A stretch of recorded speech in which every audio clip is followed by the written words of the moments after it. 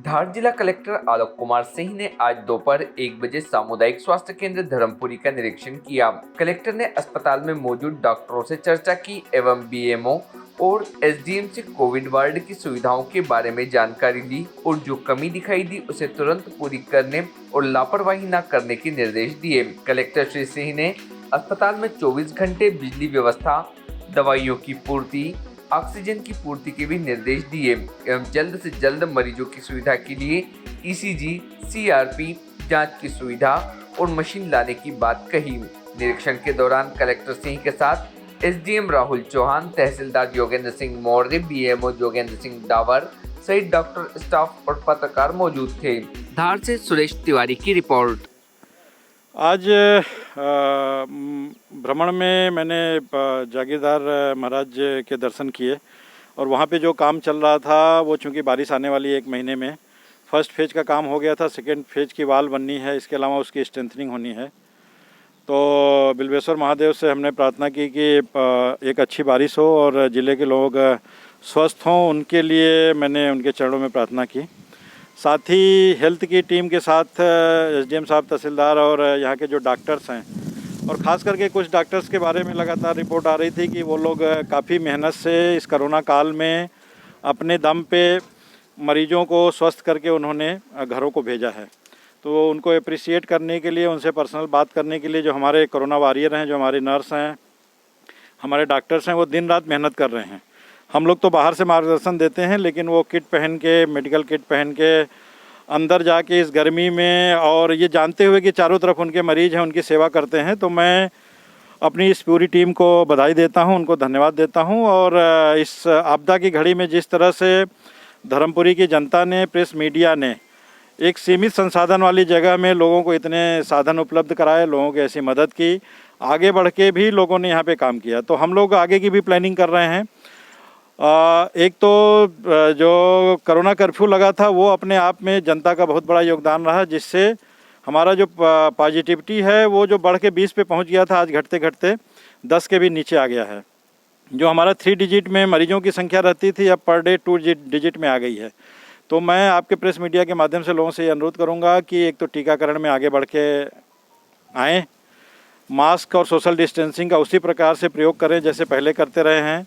अपने ऊपर खुद नियंत्रण रख के अपने को घरों में रखें। बहुत आवश्यक कार्य करने पे ही कस्बे में आएँ या किसी बड़े शहर में जाएं।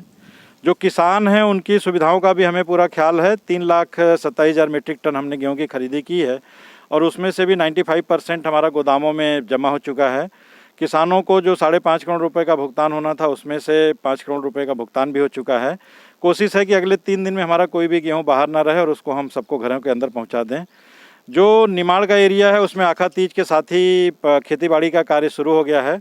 हमने एसडीएम तहसीलदार को निर्देश दिए हैं कि किसानों की सुविधा के लिए जो खाद बीज केंद्र हैं उनको थोड़ी सी छूट देते हुए होम डिलीवरी की व्यवस्थाएं उनको दे के रखें, किसान अपना खाद बीज प्राप्त कर सके। इसी प्रकार हम जो डबल लाख है और सिंगल लाख है उसमें पर्याप्त खाद का भंडारण भी करा रहे हैं और किसानों को आश्वस्त करते हैं कि उनको इसमें किसी प्रकार से चिंतित होने की ज़रूरत नहीं है। उनको पूरी व्यवस्थाएं खाद बीज की दी जाएंगी।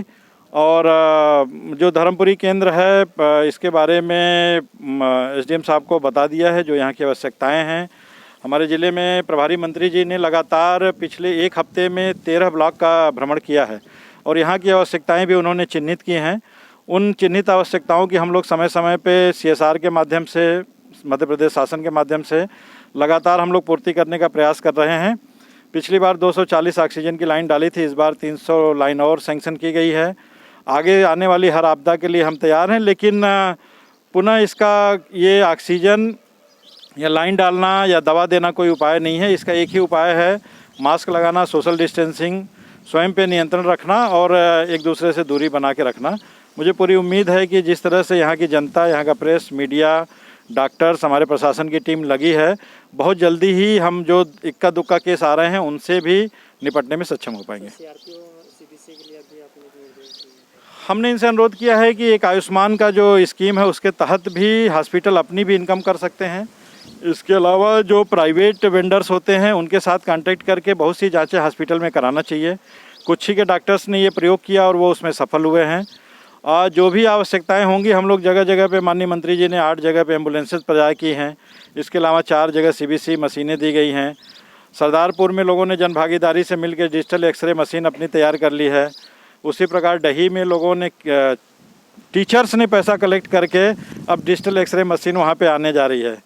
तो मैं SDM साहब से अनुरोध करूँगा कि धर्मपुरी की जनता से भी अनुरोध करें, काफ़ी सक्षम लोग हैं नर्मदा के किनारे के, जो राशि ये कलेक्ट कर सकें। उसके अलावा जो भी राशि की आवश्यकता होगी जिला प्रशासन से माननीय मंत्री जी के निर्देशन में हम प्रदाय करेंगे। और डॉक्टर्स को ये आश्वस्त कर देंगे उनको कोई कमी इंफ्रास्ट्रक्चर में या दवाओं के मामले में हम नहीं आने देंगे, केवल वो दिन रात जनता की सेवा करें।